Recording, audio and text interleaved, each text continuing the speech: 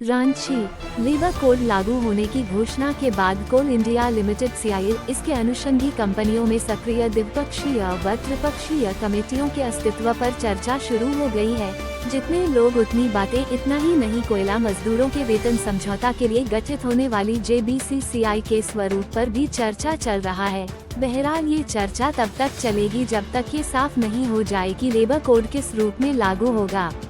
लागू होने के तस्वीर साफ होते ही सब कुछ साफ हो जाएगा। उल्लेखनीय है कि कोल इंडिया से लेकर कंपनी स्तर, एरिया स्तर और यूनिट स्तर पर कई कमेटियां हैं, जिसमें प्रबंधन और मजदूर संगठनों के प्रतिनिधि शामिल हैं। लेबर कोड लागू होने के बाद इन कमेटियों का भविष्य क्या होगा, यह अहम सवाल है।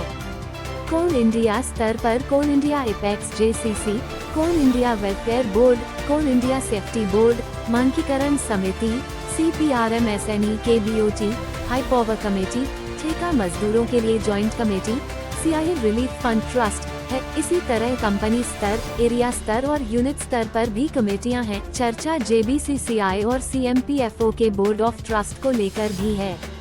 इंडस्ट्रियल रिलेशंस कोड 2020 IR 2020 के मुताबिक किसी उद्योग में इकलौता कोई यूनियन है तो वो वार्ताकार यूनियन होगा। अगर कई यूनियन है और किसी एक को 51% मजदूरों का साथ है तो वो वार्ताकार यूनियन होगा, नहीं तो एक वार्ताकार परिषद का गठन होगा। इस परिषद में साउज यूनियन का प्रतिनिधित्व होगा, जिसको कम से कम 20% मजदूरों का समर्थन हो। हालांकि अभी तक IR 2020 का केंद्रीय रूल्स बना नहीं है। जब रूल्स बन जाएगा तो सब कुछ साफ हो जाएगा, क्योंकि CIL केंद्रीय रूल्स का ही पालन करेगा। इस बात की पुष्टि CIL के एक अधिकृत सूत्र ने भी किया।